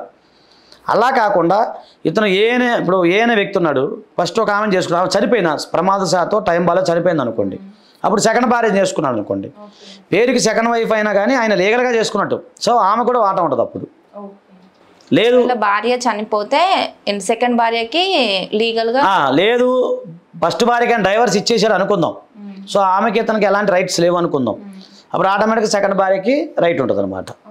అంతే తప్ప ఇద్దరు బతుకుండగా సైమల్టేనియస్గా ఆమె బతుకుంది డైవర్స్ ఇవ్వలేదు అన్నప్పుడు ఏమికి రైట్ రాదు. సో అట్లా ఉంటుంది అనమాట. తర్వాత అలా పుట్టే పిల్లలకి మనవాళ్ళకి మనవరాలకి ఈవెన్ ఇప్పుడున్న పరిస్థితుల్లో మహిళలకు కూడా సమాన హక్కులు ఉన్నాయి. పుట్టిన మహిళలకు కూడా సమానంగా మీరు హక్కులు పంచవలసి వస్తుంది. ఎప్పుడు సెల్ఫ్ ఎక్వైర్ ప్రాపర్టీ అయితే ఆయన ఇష్టం, కుటుంబ పెద్ద ఇష్టం, ఎవరికైనా ఏ విధంగానే రాయొచ్చు. అలా కాకుండా ఆయన తాతల ద్వారా వచ్చిన ఆస్తి కానీ ఆయన పొరపాటున అంటే ప్రమాదవశాత్తు చనిపోయాడు అనుకోండి, వీలునామా రాయకుండా ఆటోమేటిక్గా అందరికీ రైట్ ఉంటుంది అనమాట, పిల్లలందరికీ రైట్ వస్తుంది. సరే, ఇప్పుడు పెద్ద భార్య పిల్లలకి ఎక్కువ ఆస్తి రాసిచ్చి తర్వాత వాళ్ళకి తక్కువ ఆస్తి రాసిస్తే మళ్ళీ వీళ్ళు కోర్టులో కేసేసే అవకాశాలు ఏమైనా ఉన్నాయా? అంటే అవునండి, అంటే అలా కాదు. ఇక్కడ ఆస్తి రెండు రకాలండి. సెల్ఫ్ ఎక్వైర్ ప్రాపర్టీ అనే ఒకటి ఉంటుంది, ఎన్సెస్టర్ ప్రాపర్టీ ఒకటి ఉంటుంది. ఎన్సెస్టర్ ప్రాపర్టీ అనేది అందరికి సమాన హక్కులు ఉంటాయి. సెల్ఫ్ ఎక్వైర్ ప్రాపర్టీ అనేది ఎలా ఉంటుంది అంటే, సెల్ఫ్ ఎక్వైర్ నా సొంతం, నా కష్టార్జితం, నేను సంపాదించుకున్నాను, అప్పుడు నా ఇష్టం. నేను పెద్ద భార్య పిల్లకి ఎక్కువ ఇవ్వచ్చు, చిన్న భార్యకి తక్కువ ఇవ్వచ్చు. లేదు ఈ పిల్లకి కాకుండా నా మనవడికి ఇచ్చుకోవచ్చు. లేదు ఇవన్నీ నాకెందుకని చెప్పి ఒక ట్రస్ట్కి రాయొచ్చు. లేదు ఎవరైనా దారిన పోయి దానే కూడా రాసుకోవచ్చు, నా ఇష్టం అది. అంటే ఆయన సొంతగా సంపాదించుకుంది ఎవరికైనా ఇచ్చుకోవచ్చు. ఎవరికైనా. ఇప్పుడు పెద్ద భార్య పిల్లలు ఇద్దరు అనుకోండి, ఎగ్జాంపుల్ చెప్తున్నా, చిన్న భార్య పిల్లలు నలుగురు అనుకోండి, ఆయన దగ్గర ₹1 కోటి ఉన్నాయనుకోండి, పెద్ద భార్య పిల్లకి 75 లక్షలు ఇచ్చి చిన్న భార్యలకి 25 లక్షలు ఇవ్వచ్చు, అది ఆయన ఇష్టం. లేదు మొత్తం ఈయనకి ఇవ్వకుండా పెద్ద భార్య పిల్లకే మొత్తం ₹1 కోటి ఇచ్చేయచ్చు, వాళ్ళకి రైట్ ఉండదు. కాకపోతే వాళ్ళు మైనస్ అయితే మెయింటెనెన్స్ వేసుకోవాలి. ఆడపిల్ల అయితే పెళ్ళయ్యేదాకా అంటే ఆమెకి పెళ్ళయ్యేంత వరకు తండ్రి మీద మెయింటెనెన్స్ వేసుకోవాలి తప్ప ఆయన ఆస్తిలో వాటా అడిగే రైట్ అయితే, అంటే సెల్ఫ్ ఎక్వైర్ ప్రాపర్టీ గురించి నేను మాట్లాడేది, అది రైట్ ఉండదు. తాతల ద్వారా వచ్చిన ఆస్తులు సమాన హక్కులు వస్తాయి, ఎవరికి ఎలా వస్తాయి అనేది ఆ పార్టిషన్ సూట్ ఫైల్ చేసుకున్న తర్వాత నలుగురితో పాటు వీళ్ళకి వచ్చే అవకాశం ఉంటుంది. అందులో ఎక్కువ తక్కువ అనేది ఏది ఉండదండి. సార్, సర్టిఫికేట్లలో పేరు తప్పుంటే ఏం చేయాలి? ఇది చాలా మంచి ప్రశ్న అండి. ఎందుకంటే నేమ్ చేంజ్ అంటాము మేము, అంటే దాదాపు 20 years నుంచి నేమ్ చేంజ్ చేస్తూ ఉన్నాం. చాలామందికి ఏంటంటే ప్రతి మనిషి తన జీవితకాలంలో పేరు అనేది మార్చుకోవచ్చు, అదే అతనుకున్న హక్కు. ఇప్పుడు నా పేరు సాయికృష్ణ ఆజాదు, నాకు అది నచ్చలేదు మాట్లాడుకి, నేను రామకృష్ణ ఆజాద్గా మార్చుకుంటాను, మీకు అభ్యంతరమా? లేదు కదా, అది నా ఇష్టం, నా పేరు. అలాగే కొన్ని సందర్భాల్లో చాలామందికి పేర్లు తప్పులు పడుతూ ఉంటాయి. అలాగే కొంతమందికి పాత పేర్లు ఉంటాయి, అంటే పూర్వం రోజుల్లో సినిమాలో అంటే మన పూర్వం ఏ ఉంటాయి కదా, వెంకయ్య తాతల పేర్లు అవి ఏముంటాయి, సెంటిమెంట్లు ఉంటాయి. సో వీళ్ళు ఏం చేస్తారు, ఇక్కడికి వచ్చిన తర్వాత అది చాలా పాత పేరుగా వీళ్ళు భావిస్తుంటారు. భావించినప్పుడు అది నచ్చదు. అలాగే ఈ మధ్య న్యూమరాలజీ ఒకటి బాగా ఎక్కువైపోయిందండి. న్యూమరాలజీ పరంగా చాలామంది ఇప్పుడు కొత్తగా ఏదో మారుస్తున్నారు. నా దగ్గరకు వచ్చేవాళ్ళంతా న్యూమరాలజీ. ఇప్పుడు నా పేరు కృష్ణ ఉందని, KRISHNA కదా మనం రాసేది, SHHNAAKK ఏదో రాసేస్తుంటారు. వాళ్ళకి అది కావాలంటారు వాళ్ళు న్యూమరాలజీ పరంగా. సో అలా మార్చుకునే వాళ్ళు ఉంటారు. ఒక్కొక్క దాంట్లో ఒక్కొక్క డిఫరెంట్ ఉంటుందండి. ఇప్పుడు నేమ్ చేంజ్ ఎవరైనా చేసుకోవచ్చు, కానీ కొన్ని క్వాలిఫికేషన్లు, కొన్ని అర్హతలు ఉండాలి. అర్హతలు ఏంటంటే, ఒకటి వాళ్ళు భారతీయ పౌరులే ఉండాలి. రెండోది వారి మీద ఎలాంటి కేసులు నమోదై ఉండకూడదు. అలాగే 3 మేజర్ అయి ఉండాలన్నమాట. అంటే మైనర్స్ పేరు కూడా మార్చుకోవచ్చు, అంటే చిన్నపిల్లల పేరు కూడా మార్చవచ్చు, కానీ వాళ్ళకి రైట్ లేదు. తల్లిదండ్రుల ద్వారా మనం మార్చాల్సి ఉంటుంది, తల్లిదండ్రులు మార్చాలన్నమాట. వాళ్ళ ఇష్టం, వాళ్ళు ఏదైనా మార్చుకోవచ్చు, అదొకటి. తర్వాత ఇంకొక విషయం ఏంటంటే, సర్టిఫికేట్లో డిఫరెంట్ నేమ్స్ ఉంటాయి. ఇప్పుడు ఉదాహరణకి నా సర్టిఫికేట్లో రామకృష్ణ ఉంది, ID ప్రూఫ్లో సాయికృష్ణ ఉంది అనుకోండి. సో అప్పుడు చాలా ప్రాబ్లం అవుతుంది. ఎక్కడికైనా జాబ్కి వెళ్ళినా కూడా, తర్వాత ఎక్కడికి వెళ్ళినా కూడా ఆ సందర్భంలో ఏమవుద్దంటే అడుగుతారు, ఇదేందా నీ పేరు ఎట్లా ఉంది, ఇక్కడ చూస్తే ఎలా ఉందని. అప్పుడు ప్రాబ్లం అవుతుంది. సో అందుకని ఏంటంటే దానికి మనం గజెట్ పబ్లికేషన్లో నేమ్ చేంజ్ చేసుకుంటాం. గవర్నమెంట్ ఆఫ్ ఇండియాలో డిక్లరేషన్ వేసుకుంటాం. అయితే ఒకటి గుర్తుపెట్టుకోవాలి అందరికీ ఏంటంటే, ముందు సర్టిఫికేట్లో నేమ్ చేంజ్ అనేది ఎవరికీ కాదు, సర్టిఫికేట్లో నేమ్ చేంజ్ కాదు. ఇప్పుడు నేను ఉదాహరణకి సాయికృష్ణ నుంచి రామకృష్ణగా నేను మార్చుకున్నాను అనుకోండి, ఆ రామకృష్ణ అనే సర్టిఫికేట్ నేను ప్రధానికి ఎన్క్లోజ్ చేసుకుంటే సరిపోతుంది. ఆ విధంగా మనం చేసుకోవాల్సి వస్తుంది అనమాట. సో ఈ విధంగా నేమ్ చేంజ్ అనేది మనం చేసుకోవచ్చు. కాకపోతే ఇది కొంచెం టైం పడుతుంది. ఈ డిక్లరేషన్ అనేది కొంచెం ఎక్స్పెన్సివ్గా ఉంటుందండి, ఎందుకంటే అది చాలా టైం పడుతుంది, దాన్ని డిక్లరేషన్ చేసుకోవాలి. నేమ్ చేంజ్ అనేది ఆటోమేటిక్గా చేసుకోవచ్చు. ఇప్పుడు మీకు జనరల్గా ఇప్పుడు సాయికృష్ణ నుంచి రామకృష్ణ అనేది ఈజీ ప్రొసీజర్. అలాగే సర్టిఫికేట్లలో నేమ్ చేంజ్ మారదు, కానీ ఐడి ప్రూఫ్లో నేమ్ చేంజ్ మారుతుంది అనమాట. ఐడి ప్రూఫ్లు అంటే ఏంటి? Voter ID card, Aadhaar card, ration card, ఇవన్నీ ఐడి ప్రూఫ్లు అంటారు. సర్టిఫికేట్లు అంటే ఏంటి? మనం చదువుకుంటేనే వచ్చేట్లనే సర్టిఫికేట్లు అంటారు, అంతే కదండి. మీరు ఎంబీఏ చేశారా? నేను లా చేశాను, ఇంకొక ఆయన చేయొచ్చు. కానీ మీకు ఒకటి ఆధార్ కార్డు, నాకు ఒకటి ఆధార్ కార్డు, మీకు ఒకటి పాన్ కార్డు, నాకు ఒకటే పాన్ కార్డులో డిఫరెంట్లు ఉండవు. సో దాని ఐడి ప్రూఫ్లు అంటారు, అది మనం చేంజ్ చేసుకోవచ్చు. అలా గజెట్ అంటే ఏంటంటే చాలామంది మళ్ళీ అడుగుతారు, గజెట్ అంటే ఏంటని. గజెట్ అనేది గవర్నమెంట్ ఆఫ్ ఇండియా వాళ్ళు ఏదైతే ఉందో ఆ సంబంధించిన సర్టిఫికేట్ని మనం గజెట్ ఆఫ్ ఇండియా అంటాం.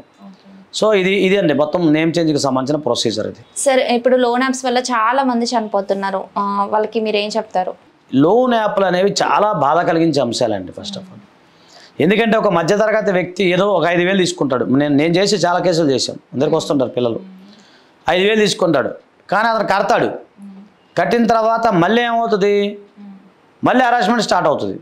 ఇప్పుడు మొన్న మా దగ్గర పనిచేసే అబ్బాయి ఒక 5,000 తీసుకున్నాడు, ఎప్పుడు 1 year బ్యాక్. నేను వెళ్ళి కట్టేరా అన్నా, నేను కట్టేయమన్నారు, కట్టేశాడు. కట్టిన తర్వాత ఏదో అంతకుముందు జూది ఎంతో 500 ఎంత ఉన్నాయంట, అది ఇతను చూసుకోలే. చూసుకోపోయేసరికి ఏమైంది అంటే మళ్ళీ తెల్లారి వాళ్ళు ఫోన్ చేసి నువ్వు 500కి ఇప్పుడు మళ్ళీ దానికి వడ్డీ కలిపితే మళ్ళీ 5,000 అయింది అంటాడు. ఇదేంట్రా బాబు, పోయిన సంవత్సరం కట్టాడు కదా. నేనంటే లేదు సార్, ఇది మేము అప్పుడు ఆ కంపెనీ వేరు, ఇప్పుడు మా కంపెనీ కొనుక్కుంది అంటున్నాడు వాడు. అప్పుడేమో ఏ కంపెనీ కొనుక్కుంది, ఇప్పుడు మేము బి కంపెనీ సార్. సో ఆ కంపెనీ టర్న్ ఓవర్ మొత్తం మేమే తీసేసుకున్నాం, మళ్ళీ మీరు ఎంత కట్టాలంటే అది ఎట్లా కుదిరిద్ది అంటే లేదు సార్, జూ ఉంది, అప్పుడు పలానా రోజు అప్పుడు ఆ రోజు 5,000 రూపాయలు కాదు 5,500 ఉంది, ఆయన 5,000 కట్టాడు. 500కి మళ్ళీ మీ వడ్డీ గిడ్డీ అంతా కలిపి మాకు ఫోన్ కాల్, ట్రావెలింగ్ ఎక్స్పెన్సెస్ ఏదో లెక్క చెప్పాడు. చెప్పి 5,000 అంటాడు. సరే పోనీ మీ కంపెనీ ఎక్కడ ఉందని మేము అడిగాం. సరే పర్లేదు మేము వచ్చి కడతాము. లేదు సార్ మీరు ఆన్లైన్లో కట్టండి అంటాడు. సరే ఆన్లైన్లో కడతాము, ఆ లింక్ అన్ని పంపించు, ఆ ఎండార్స్ పంపించు, మాకు ఆ ఎండార్స్ ఉంటుంది కదా అది మొత్తం అది పంపిస్తే ఆన్లైన్లో కడతాము, ఏ బాకీ లేనట్టుగా మాకు ఎన్ఓసి ఇచ్చేయని మేము అంటాం. లేదండి అలా కాదు, మీరు ముందు కట్టండి, ముందు 7,000 కట్టండి, మిగతా తర్వాత చూద్దాం అంటాడు. సరే అని చెప్పి మేము కట్టకపోతే సిబిల్ స్కోర్ డౌన్ అవుతుంది. అర్థమవుతుందా? ఇన్ని రకాల ప్రాబ్లమ్స్ ఉన్నాయండి. అంతేందుకు నేనే ఉన్నాను, నేను కోర్టు దగ్గరికి మొన్న ఏదో వెళ్తే 1 year బ్యాక్ ఎవరో క్రెడిట్ కార్డు సార్ తీసుకోండి సార్, ఏం కాదని బ్యాంకులో డబ్బులు కాదని పోలే. సరే క్రెడిట్ కార్డే కానీ నేను 1,000 రూపాయల క్రెడిట్ కార్డే కానీ తీసుకొని జేబులో పెట్టుకున్నా. అది ఎప్పుడో గుర్తులేదు, మనకేదో ఆలాపంలో ఏదో ఎక్కడ వాడతాం కదా, అది ఏం గుర్తులేదు. ఎప్పుడో 1 year బ్యాక్ ఏదో పెట్రోల్ బంకులో ఎక్కడ 1,000 రూపాయలు కొట్టించినట్టు ఉన్నాను నేను. చూసుకోవాలి, జేబులో ఉంది, మాకు అసలు అవసరం కూడా లేదు. సరే జేబులో ఉంది, 1,000 రూపాయలు పట్టించుకోలేదు నేను. అది వడ్డీ గిడ్డీ కలిపి 5,000 అయింది. ఇదే అసలు క్రెడిట్ కార్డు ఉన్న సంగతినే మర్చిపోయాను. ఏదో కార్డులో జేబులో ఉన్నాయి అన్నీ చూసుకోవాలి, మర్చిపోయినా. సార్ మీ క్రెడిట్ కార్డు బిల్లు అంటాడు. క్రెడిట్ కార్డు బిల్లు ఏంటి అంటే పలానాడు వాడుకున్నారు సార్ 1,000 రూపాయలు, మీరు కట్టలేదు 1 year అవుతుంది. ఓరా నాయన అని చెప్పి ఏందిరా అని చెప్పి తీసుకెళ్తే ఆ క్రెడిట్ కార్డు వచ్చేసరికి ఎక్కడో ఒక దగ్గర వెళ్ళాలి. అక్కడికి వెళ్ళి క్రెడిట్ కార్డు తీసుకెళ్ళి తెలంగాణ క్రెడిట్ కార్డు తీసుకొని మీరు లైన్లో నుంచోండి సార్, టోకెన్ తీసుకో అంటాడు. సరే టోకెన్ తీసుకొని లైన్లో నుంచోండి, ఇంత ఫామ్ ఇచ్చాడు. ఫామ్ ఇచ్చిన తర్వాత అంతా అయిన తర్వాత మీరు కట్టాలి సార్ 5,000 అన్నాడు. సార్ 5,000 కట్టేసా. ఎన్ఓసి ఇరా అంటే 3 రోజులు ఆగిరండి సార్ అంటాడు. 3 రోజులాగా ఎట్లా వస్తారా ఇప్పుడే కదా. నేనంటే లేదు సార్ మా కంపెనీ ఉంటాయి, ఫార్మాలిటీస్ ఉంటాయి, అవి ఉంటాయి, ఇవి ఉంటాయి. దయచేసి నేను అదే చెప్తున్నాను, దయచేసి మీరు ఏదైనా తిప్పలబడన కానీ లోన్ యాప్లు క్రెడిట్ కార్డులు అవన్నీ తీసుకోవద్దు. చెప్పేటప్పుడు చాలా మెత్తగా చెప్తారు, తర్వాత మిమ్మల్ని మామూలు టార్చర్ పెట్టారు. ఒకవేళ మీకు లోన్ యాప్ల ద్వారా కనుక ఎవరైనా మిమ్మల్ని అరెస్ట్ చేసినట్లయితే గుర్తుపెట్టుకోండి, మిమ్మల్ని అది చేస్తాం ఇది చేస్తాం ఇంకో రకంగా చేస్తామంటే మాత్రం ఇమీడియట్గా మీరు వెళ్ళి పోలీస్ స్టేషన్లో కంప్లైంట్ చేయండి. ఇంకొక మైనస్ పాయింట్ ఏమవుతుందంటే ఈ లోన్ యాప్లో క్రెడిట్ కార్డుల వల్ల ఏమవుతుందంటే మీరు సరిగ్గా కట్టకపోతే సిబిల్ స్కోర్ పడిపోతుంది. ఈ సిబిల్ స్కోర్ ₹1 కట్టపైన పడిపోద్దండి. మనం ఒకటి చేసాం, ఒక క్లయింట్ మా దగ్గరికి వచ్చాడు, ₹70 కట్టలేదు ఆయన, ₹1.75 కట్టలేదు. అంటే ఒక లెక్కలో ₹75 కట్టలేదు బ్యాంక్కి. దానివల్ల ఏమైంది, సిబిల్ స్కోర్ పడిపోతుంది అయింది. దీంట్లో నేను శుభ్రంగా రెగ్యులర్గా అన్ని కడుతున్నాను, తీరా చూస్తే నాకు రూపాయి అని ఎంక్వైరీ చేస్తే ఒక బ్యాంకులో ₹75 ఉంది బ్యాలెన్స్. ఆ బ్యాంకు వాళ్ళు వేరే వాళ్ళు కొనేశారు ఆ బ్యాంకుని. ఇప్పుడు అతను ఎక్కడ కట్టాలి డబ్బులు? ఒక బ్యాంకు అనేది క్లోజ్ అయ్యే సమయంలో ఈ బ్యాంకుని తీసుకెళ్ళి వేరే బ్యాంకులో మెర్జ్ చేశారు. అతను ₹75 బ్యాంకు బ్యాలెన్స్ ఉన్నాడు. ఆ ₹75 పెద్ద ప్రాబ్లమే కాదు ఆయనకి, మన ఎవరికి కాదు, కానీ ఆయన ఎక్కడ కట్టాలి? ఆయన వెళ్ళి ఈ బ్యాంక్కి వెళ్తే లేదా ఎక్కడ కాదా అంటాడు. మరి ఏ బ్యాంక్ అంటే ఆ బ్యాంక్. మరి ఆ బ్యాంక్ ఏమైంది, పలాని బ్యాంకులో మెర్జ్ అయింది. మరి మా అకౌంట్ తీయండి సార్ అంటే బాబు ఇప్పుడు ఎక్కడ టైం పడుతుందని మళ్ళీ వాళ్ళని. దానివల్ల ఆయన సిబిల్ స్కోర్ పోయి ఆయనకు బ్యాంక్ లోనే రావడం మానేసింది. సో ఇవన్నీ ఏంటంటే కామన్ మ్యాన్కి తెలియదు. ఇంకొక విషయం చెప్తా మీకు, బండి ఈఎంఐల గురించి మాట్లాడదాం. ఇది ఇందులోనే అదొక భాగం అనుకోండి. ఇప్పుడు ఒక వ్యక్తి మనకు తెలిసిన పిల్లవాడు బండి ఈఎంఐ తీసుకున్నాడు. బండికి ఈఎంఐ నెలకు 5,000 ఎంత కట్టాలి అని. అయితే అప్పుడు కరోనా టైంలో కట్టలేదు, ఒక 2 నెలలు కట్టలేదు.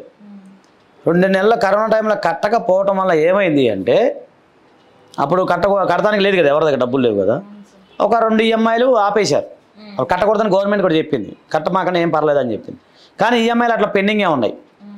సరే అని చెప్పి అతను ఏం చేశాడు, మొత్తం అన్నీ కట్టేశాడు. మొత్తం కట్టుకుంటూ వచ్చాడు. ఆ 2 నెలలది ఇతను గుర్తు లేదు, మర్చిపోయడం అదేదో జరిగింది. ఇప్పుడు నేనైనా మర్చిపోతా సహజం. మొన్న సడన్గా వాళ్ళు వచ్చి, బాబు పలానా దగ్గర నువ్వు 5,000 కట్టాలి, ఎప్పుడు 2020లో కరోనా టైంలో 5,000 రూపాయలు నువ్వు బ్యాలెన్స్ ఉన్నావు. సో అతను మొత్తం అయిపోయింది, కట్టేశాను అనుకున్నాడు. 5,000 రూపాయలు నువ్వు బ్యాలెన్స్ ఉన్నావు. సో ఈ 5,000 రూపాయలకి వడ్డీ గిలిపి మొత్తం కలిపి 25,000 అయిందని చెప్పి లెక్క చెప్పారు. సో ఈ బైకు 5 సంవత్సరాల క్రితం ఎంత, 1 lakh అనుకోండి, 60,000 70,000 ఉంది అప్పుడు. ఇప్పుడు దాని ఖరీదు ఎంత? 5 years బ్యాక్ బండి ఏదైతే ఉందో అది 5 years తర్వాత రేటు పడిపోతుంది కదా మేడం, అది 20,000 కన్నా ఎక్కువ రాదు. మీ లాజిక్ అర్థమవుతుందా? ఇప్పుడు 1 lakh బండి 5 years బ్యాక్ 1 lakh బండి ఏదైనా కొన్నా, బండి కారు కొన్నా కూడా ఈరోజు దాని వాల్యూ పడిపోతుంది కదా. ఇప్పుడు గోల్డ్ భూములు అయితే పెరుగుతాయి, మీకు ఈ కంప్యూటర్లు, ల్యాప్టాప్లు, ఫోన్లు, అలాగే ఈ బళ్ళు, ఇవన్నీ కూడా మీకు వాల్యూ ఉండదు, అంతే కదా. ఈరోజు ఎంత దాని వాల్యూ 20,000-25,000 ఉంటుంది. సో బాబు నువ్వు 25,000 బాగా ఉన్నా కానీ బండి తీసుకెళ్ళిపోయారు. చూడండి ఎంత అన్యాయం ఉందో. కాబట్టి ఏంటంటే మీరు తీసుకున్నప్పుడు అన్ని రకాల ఈఎంఐలు కట్టినప్పుడు, అమ్మాయి ఆ ఈఎంఐలు కట్టేసిన వదిలేయకుండా వెళ్ళి కూర్చొని గతంలో కట్టాల్సిన ఉన్నాయా, డ్యూస్ ఉన్నాయా అన్నీ కట్టి క్లోజ్ చేసుకుని మీరు ఎన్ఓసి ఎప్పుడైతే తీసుకొని దాన్ని ఎప్పుడైతే మీ దగ్గర రెడ్ మార్క్ పెట్టించుకుంటారో అప్పుడు మీరు సేఫ్లో ఉన్నట్లు లెక్క. ఇవన్నీ చిన్న చిన్న నిర్లక్ష్యాలు మనిషికి చాలా ఇబ్బంది పెడతాయండి. సరే, ఇప్పుడు ఒక అన్న చెల్లి ఇద్దరు ఉన్నారు. చెల్లికి వాళ్ళకి ఒక 3 acres భూమి ఉంది. 2 ఎకరాల భూమి రాసిచ్చి ఘనంగా పెళ్లి చేసి ఒక 20 లక్షలు ఇచ్చి కారు కూడా ఇచ్చి పెళ్లి చేశారు. సో ఆ అమ్మాయి మళ్ళీ ఎకరం భూమి కూడా నాకు సగం కావాలి, 6 ఎకరం నాకు కావాలని మళ్ళీ కేసు పెట్టింది. వాళ్ళకి ఎలా అంటే ఏమవుద్ది? ఇప్పుడు అది అందరి ఇంట్లో ఉన్న బాధ అండి, మా ఇంట్లో కూడా ఉంది బాధ. 2005లో మా ఆడపిల్లలకి మహిళలకి సమాన హక్కులు ఉన్నాయని చెప్పి చెప్పడం జరిగింది. ఇప్పుడు సుప్రీంకోర్టు వారు రీసెంట్గా కూడా జడ్జిమెంట్లో ఆడపిల్లలకి సమాన హక్కులు ఉన్నాయని చెప్పడం జరిగింది. అయితే జనరల్గా ఏంటంటే 10 years back, 15 years back, 20 years back ఏమైందంటే అప్పుడు ఆడపిల్ల పెళ్లి చేయాలంటే కష్టం కదండి. ఇప్పుడు అంటే జాబ్ చేస్తున్నారు, అది ఓకే. పూర్వం రోజుల్లో ఏంటంటే మహిళలు పెళ్లి చేయాలంటే ఒక ఏదో ఉన్న పొలమో స్థలమో అమ్మి ఘనంగా పెళ్లి చేసిన సందర్భాలు చాలా ప్రతి కుటుంబంలో ఉంది అది. ఇప్పుడు రీసెంట్గా జడ్జిమెంట్ చెప్పారు అనుకుందాం. ఇప్పుడు ఈరోజు రీసెంట్గా జడ్జిమెంట్ చెప్పింది కూడా. చెప్పంగానే అప్పుడున్న ఎకరం భూమి అప్పుడేదో 2 లక్షలు 3 లక్షల భూమి ఈరోజు ₹1 కోటి అయింది. సహజంగా ప్రతి ఆడపిల్లకి ఆశ అనేది సహజంగా ఉంటుంది, నాకైనా ఉంటుంది, మీకైనా ఉంటుంది. సో దాంట్లో మనం తప్పు పడటానికి లేదు. అయితే సుప్రీంకోర్టు రీసెంట్గా ఏంటంటే ఇదే సేమ్ మీరు అడిగిన ప్రశ్న ఏదైతే ఉందో బాంబే హైకోర్టు వారు ఒక జడ్జిమెంట్ ఇవ్వడం జరిగింది. దాంట్లో ఏంటంటే సేమ్ ఇలాగ అన్నదమ్ములు మేము అప్పుడు పెళ్లి చేసామండి మా చెల్లికి, అప్పుడే ఇన్ని లక్షలు మేము కారు బంగ్లా అన్నీ కొనిచ్చాము, అది మాది, మళ్ళీ ఇప్పుడు ఆమె వాటాలో ఆస్తిలో వాటా ఎలా వస్తుందని అడగటం జరిగింది. అప్పుడు బాంబే హైకోర్టు తీర్పు చెప్పింది, ఒక ఆడపిల్లకి పెళ్లి చేయటం మీ బాధ్యత. అర్థమవుతుందండి, ఒక ఆడపిల్లకి పెళ్లి చేయటం అనేది మీ బాధ్యత. సో మీ బాధ్యత ప్రకారం మీరు పెళ్లి చేశారు, కానీ ఆమె హక్కుని హరించే రైట్ మీకు లేదు. కాబట్టి ఆమెకి ఆస్తిలో వాటా అనేది వస్తుంది అని చెప్పి ఒక బాంబే హైకోర్టు వారు చెప్పడం జరిగింది. అంటే నేనేమంటున్నానంటే పూర్వం రోజుల్లో మీరు పెళ్లి చేసి ఘనంగా పెళ్లి చేసినా దాన్ని బాధ్యతగానే భావించాలి, అంతేగాని ఆమె సొమ్ముని ఆమెకి ఇచ్చాము అనేది భావించకూడదు అనేది కోర్టు యొక్క సారాంశం. నా వ్యక్తిగత అభిప్రాయం కాదు, కోర్టు యొక్క సారాంశం. సో ఇప్పుడు ఘనంగా పెళ్లి చేసినా కూడా అప్పుడు పెట్టిన ఖర్చు కూడా దాన్ని మీరు లెక్క చూపించుకొని చేస్తే కోర్టులో అనేది నిలబడదు. ఆ జడ్జిమెంట్ ప్రకారం చెప్తున్నా. ఇప్పుడు మళ్ళీ సుప్రీంకోర్టుకి అప్పీల్కి వెళ్తే సుప్రీంకోర్టు వారు ఏం చెప్తారో మనకు తెలియదు. ఆ జడ్జిమెంట్ ప్రకారం అయితే ఇప్పుడు ఏ సందర్భంలో ఒక సిస్టర్ ఒక మహిళకి మీరు ఆస్తిలో వాటా రాదు అనుకున్నప్పుడు ఏం చేయాలంటే, మీరు ఇప్పుడైనా సరే, ఇప్పుడు ఎవరైనా సరే, అంటే నేనేమన్నానంటే ఆడపిల్లలను మంచిగా చూసుకోమని నేను చెప్తా. మహిళలు మంచిగా చూసుకోండి, మహిళలు మంచిగా ఉంటే మనం హ్యాపీగా ఉంటాం. అది నేను ఆ విషయంలో నో కాంప్రమైజ్. కాకపోతే ఒక న్యాయవాదిగా నేను చెప్పేది ఏంటంటే, ఒకవేళ ఇలాంటి లీగల్ హర్డిల్స్ మీకు భవిష్యత్తులో రాకూడదు అనుకున్నప్పుడు మీరు ఎవరికైనా సరే, అంటే మీ సిస్టర్ కానీ ఎవరికైనా సరే మీరు పెళ్లి చేయాలనుకున్నప్పుడు, మీ ఆస్తులు అమ్మి చేస్తున్నారు అనుకున్నప్పుడు, మీరు వాళ్ళ చేత ఒక రిలింక్విష్ డీడ్ అంటారు, హక్కు విడుదల పత్రము అంటాం. అంటే ఏంటంటే భవిష్యత్తులో నేను కానీ నా వారసులు కానీ ఎవరైనా సరే సంబంధిత ఆస్తిలో మేము ఎలాంటి జోక్యం చేసుకోము. మీకు అర్థమవుతుందండి, ఎలాంటి జోక్యం చేసుకోము, నాకు ఎలాంటి ఇష్టం లేదు అని చెప్పేసి రిలింక్విష్ డీడ్ అంటాం మనం. ఆ రిలింక్విష్ డీడ్ అనేది మనం రాయించుకుంటాం ఉత్తమం భవిష్యత్తులో. ఒకటి. రెండోది సెల్ఫ్ ఎక్వైర్ ప్రాపర్టీ ఉందనుకోండి, దాంట్లో ఆడపిల్లకి హక్కు ఉండదు. ఆడపిల్లకి అది నాకు కూడా ఉండదు, ఎవరికి ఉండదు. ఇప్పుడు ఒక వ్యక్తి తనకు తాను సంపాదించుకున్న ఆస్తిలో ఏదైతే ఉందో అది ఆయన ఇష్టం, ఆయన తదనంతరం ఎవరికైనా ఇచ్చుకోవచ్చు. కాబట్టి దాంట్లో కూడా ఆడపిల్లలకి రైట్ ఉండదు. ఓకేనండి. అలాగే కొన్ని సందర్భాల్లో తల్లి స్త్రీధనం అనేది ఒకటి ఉంటుంది. ఆ తల్లికి అలా తల్లిదండ్రులు ఇస్తారు అప్పట్లో. ఏదైతే ఉందో దాంట్లో కూడా ఆడపిల్లకి రైట్ ఉండదు. అలాగే అన్నదమ్ములు కష్టపడి సంపాదించుకుంటారండి. ఇప్పుడు ఇద్దరు అన్నదమ్ములు ఒక చెల్లి అనుకుందాం. ఈ ఇద్దరు అన్నదమ్ములు కష్టార్జితం వాళ్ళు డబ్బు సంపాదించుకున్నాం, దాంట్లో కూడా ఈ ఆడపిల్లకి రైట్ ఉండదు. ఎప్పుడు రైట్ ఉండదు అంటే ఎన్సిస్టెడ్ ప్రాపర్టీ, అంటే తాతల ద్వారా వచ్చిన ఆస్తి ఏదైతే ఉందో దాంట్లో వీళ్ళ భాగానికి మాత్రం రైట్ ఉండదు తప్ప మొత్తానికి రైట్ ఉండదు. మళ్ళీ చాలామంది అపోహపడుతుంటారు. అంటే ఇప్పుడు తాత ద్వారా ఒక 5 ఎకరాలు వచ్చింది, అందులో ఈమెకు వచ్చే వాట ఎంత వస్తుంది, 1 ఎకరం 1.5 ఎకరం వస్తుంది, దానికి మాత్రమే ఈమె పోరాడాలి తప్ప ఈ 5 ఎకరాలు ఏమిది కాదు. అర్థమవుతుందండి. సో ఆ సందర్భంలో రైట్ ఉండదు తప్ప మామూలుగా మనం అనుకున్నట్టుగానే ఆడపిల్లకి హక్కు ఉంది అంటే అర్థం ఏంటి, తాతల ద్వారా వచ్చిన దాంట్లో రైట్ ఉంటుంది, ఆమె భాగానికి మాత్రం హక్కు ఉండదు తప్ప జనరల్గా అయితే ఉండదండి. సరే, అంటే ఇప్పుడు మహిళకి 21 ఇయర్స్కి మ్యారేజ్ చేసుకోవాలని పెంచారా, లేకపోతే 18 ఇయర్స్కే చేసుకోవచ్చు అని అలానే ఉందా? మీరు అడిగిన 2 ప్రశ్నలు కూడా కరెక్ట్ కాదండి. ఎలా అంటే ఇప్పుడు ఈ మధ్యకాలంలో ఒకటి అదే సోషల్ మీడియా వచ్చినట్టుంది. అదేంటంటే మహిళలకు కూడా 21 ఇయర్స్ నిండాలి, 21 ఇయర్స్ నిండాలి అంటే 22 ఇయర్స్ రావాలి. అలాగే పురుషులకు కూడా 22 ఇయర్స్ ఉండాలి అనేది వచ్చింది కదా, అది ఇంకా రాలేదు. అది ఎక్కడ కూడా డిస్కషన్ లేదు. పార్లమెంట్లో బిల్లు పెట్టారు కానీ అది ఇంప్లిమెంట్ కాలేదు, అది నడుస్తుంది, ఇంకా డిస్కషన్ నడుస్తూ ఉంది. సో ఈ రోజు నాటికి ఎలాంటి సమాచారం అయితే మన దగ్గర లేదు. కాబట్టి అమ్మాయి వయసు వచ్చేసరికి 19 ఉండాలి.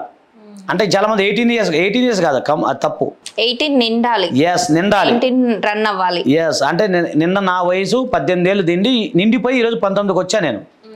అంటే ఇప్పుడు నాకు 19 ఉండాలి, మనం అట్లా లెక్కేసుకోవాలి. అలాగే 21 ఇయర్స్ నిండి 22 ఇయర్స్ ఉండాలి అబ్బాయికి. సో ప్రజెంట్ అలా నడుస్తుంది. సో 22 ఇయర్స్ అబ్బాయికి ఉండాలి, అమ్మాయికి వయసు 19 సంవత్సరాలు ఉండాలి. సో ఆ 2 కలిస్తేనే మీకు మ్యారేజ్ చేసుకునే అవకాశం ఉంటుంది. అది దాని ప్రకారం ఏంటి, 10th క్లాస్ ప్రకారం గుర్తుపెట్టుకుని, ఆధార్ కార్డు ప్రకారం కాదు. చాలామంది ఆధార్ కార్డులో చాలా తప్పులు ఉన్నాయి. ఆమె యొక్క వయసు 10th క్లాస్ ప్రకారము లేదు, బర్త్ సర్టిఫికేట్ ప్రకారం, పుట్టినప్పుడు బర్త్ సర్టిఫికేట్ ఇస్తారు కదా, దాని ప్రకారంగా 19 ఇయర్స్ ఉండాలి. అలాగే అబ్బాయికి కూడా 22 ఇయర్స్ ఉండాలి. అంతే తప్ప ఇప్పుడు మీరు అనుకున్నట్టుగానే 21 ఇయర్స్ అనేది అవసరం లేదు. కాకపోతే ఇప్పుడున్న పరిస్థితుల్లో ఈ జాబ్ కానీ పరిస్థితులు, చదువు కానీ, ఎడ్యుకేషన్ పరంగా చూస్తే ఆటోమేటిక్గా 25 దాకా 30 ఇయర్స్ కూడా చేసుకున్నారు లవ్ మ్యారేజ్లు చూస్తూనే ఉన్నాం కదా. అదొకటండి. మీరు అన్నట్టు తల్లిదండ్రుల యొక్క అనుమతి తప్పనిసరి అయితే లేదు, చట్టంలో లేదు. నేను మామూలుగా ఏమంటారంటే ఒక వ్యక్తిగా, ఒక సమాజ శ్రేయస్సు కోరిక వ్యక్తిగా నేను ఏమంటానంటే ఏదైనా ఉంటే ఇరుపక్షాల పెద్దలను ఒప్పించి పెళ్లి చేసుకోమని నేను చెప్తాను. లేచిపోయి పెళ్లి చేసుకుంటారు, పారిపోయి పెళ్లి చేసుకుంటారు వద్దనే చెప్తా, ఇది వ్యక్తిగా. కానీ న్యాయవాదిగా ఏంటంటే మీకున్న హక్కు ఏంటి, మీరు మేజర్స్ కాబట్టి మీరు చేసుకునే రైట్ ఉంది, ఇందులో ఎవ్వరి జోక్యం పనికిరాదు. అలాగే మేజర్ అయిన ఒక వ్యక్తి, అది ఆడైనా మగైనా సరే, వాళ్ళ ఇష్టం, వారు ఎక్కడైనా నివసించవచ్చు, ఎక్కడైనా ఉండొచ్చు, ఎవరితో అయినా ఉండొచ్చు, మేజర్ అయిన వ్యక్తులు నేను చెప్పేది అదొకటి. తర్వాత వివాహ వయసు వచ్చేసరికి 22 సంవత్సరాలు ఉండాలి, 19 సంవత్సరాలు అమ్మాయికి ఉండాలి, దాంట్లో ఎలాంటి ఇబ్బంది లేదు. మీరు మీ యొక్క 10th క్లాస్ ప్రకారంగా అలాగే మనకి బర్త్ సర్టిఫికేట్ ప్రకారంగా వాళ్ళ వయసు ఉన్నట్లయితే మీ యొక్క ఐడి ప్రూఫ్ అడ్రస్ ఎక్కడ ఉందో అక్కడ సంబంధిత మ్యారేజ్ రిజిస్ట్రేషన్ వారి కార్యాలయం ఉంటుంది, అక్కడికి మీరు వెళ్ళాలి. వెళ్ళిన తర్వాత అక్కడ మీరు ఒక ఫామ్ ఇస్తారు, ఫామ్ ఒక అఫిడవిట్ ఉంటుంది, అవి తయారు చేసి మీ యొక్క ఏజ్ ప్రూఫ్లు మొత్తం అక్కడ సబ్మిట్ చేయాల్సి ఉంటుంది. సబ్మిట్ చేసిన తర్వాత ఆ మ్యారేజ్ రిజిస్టర్ వారు దాన్ని అబ్జర్వేషన్ చేసి ఒక 30 డేస్ టైం ఇస్తారు. నోటీస్ బోర్డు ఉంటుంది అనమాట, అక్కడ నోటీస్ బోర్డులో అంటిస్తారు ఫోటోతో సహా. అంటించిన తర్వాత 30 డేస్ తర్వాత మీరు వెళ్ళి, అంటే 30 డేస్ అంటే నేను అబ్జెక్షన్స్ ఉన్నాయా, అంటే వీరికి ఏమైనా గతంలో వివాహం అయిందా, ఇవన్నీ కొన్ని అబ్జెక్షన్స్ అంటే ఎవరన్నా అబ్జెక్షన్ పెడతారు అన్న ఉద్దేశంతో అక్కడ తగిలిస్తారు అనమాట, స్టాంప్ అతికిస్తారు మీ యొక్క అప్లికేషన్. అది అయిన తర్వాత 1 మంత్ తర్వాత మీరు ఎప్పుడైనా అప్పటి నుంచి టైం ఉంటుంది. ఆ రోజు మీరు ఎప్పుడైతే ఏ రోజు మంచి ముహూర్తం ఉంటుందో చూసుకొని ఆ రోజు వెళ్ళి మ్యారేజ్ రిజిస్ట్రేషన్ చేసుకోవాల్సి ఉంటుంది. అయితే చాలామందికి అప్పు ఉంటుంది. మామూలుగా సరే ఈ మ్యారేజ్ లేదు, పెద్దలు కుదిర్చిన వివాహం అనుకుందాం మనం.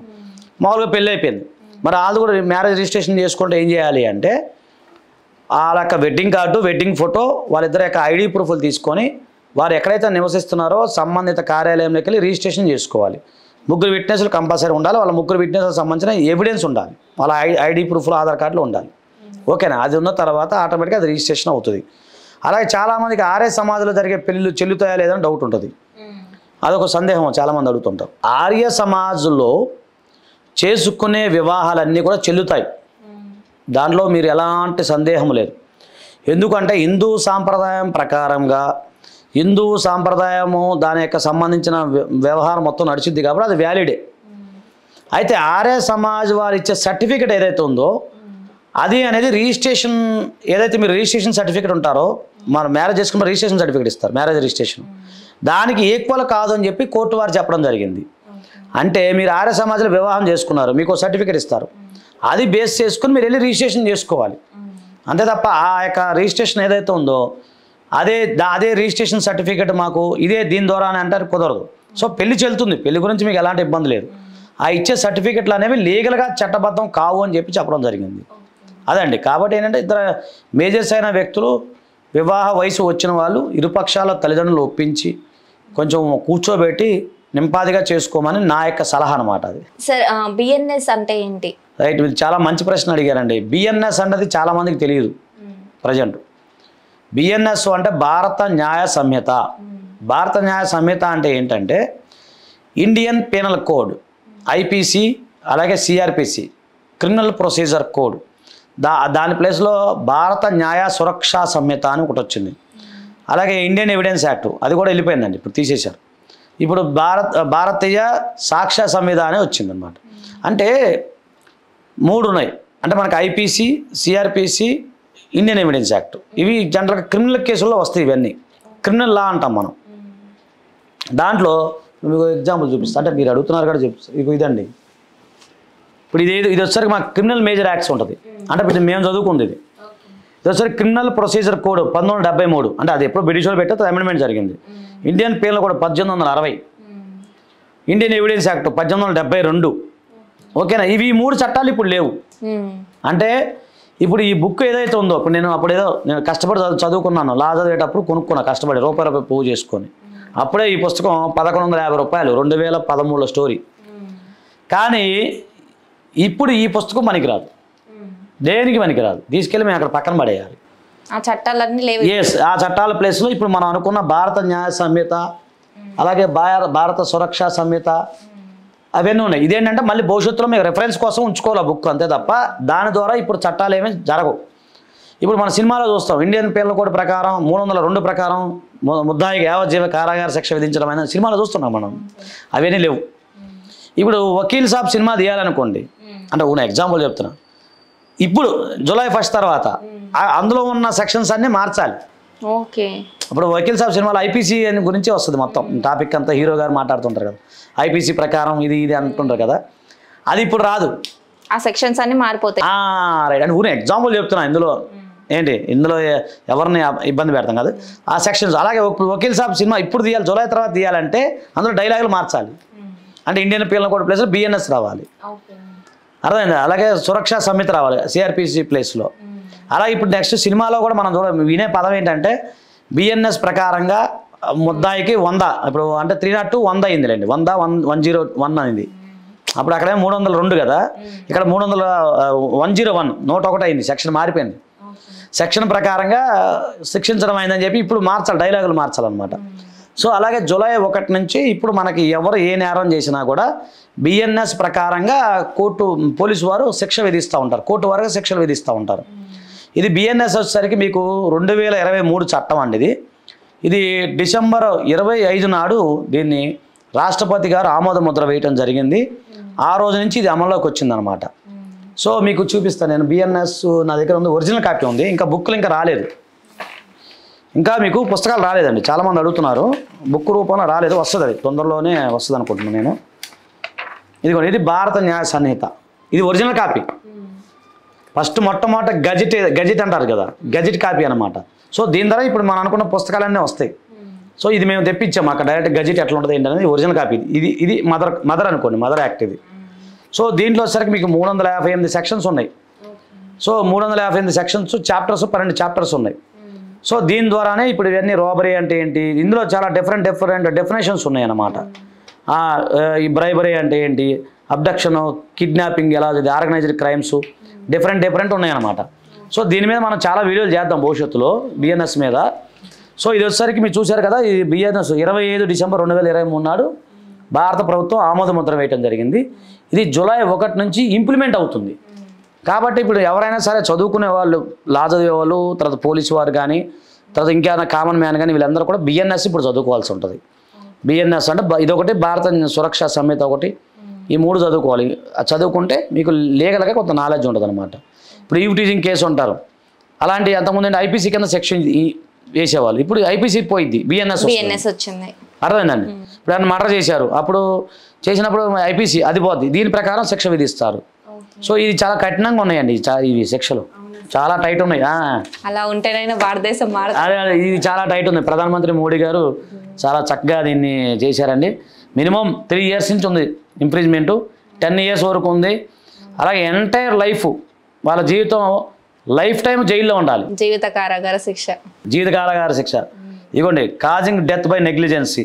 ఇప్పుడు చూడండి 108 కానీ, అబెట్మెంట్ ఆఫ్ సూసైడ్ 108. ఇదిగోండి మీకు 302 వచ్చేసరికి 103, 102 పనిష్మెంట్ ఆఫ్ మర్డర్. ఇందులో క్లియర్గా ఉంది, death imprisonment for life or shall be life. ఇందులో ఏమి ఇచ్చాడంటే ఈ 103లో క్లియర్గా ఉంది పనిష్మెంట్. సో ఇందులో క్లిస్టల్ క్లియర్గా అన్ని వివరంగా చెప్పడం జరిగింది. Thank you sir, thank you so much sir. మీకేమైనా లాకి సంబంధించిన ప్రాబ్లమ్స్ ఏమైనా ఉంటే కామెంట్స్ రూపంలో తెలియజేయండి. చూస్తూనే ఉండండి 9 Vibes.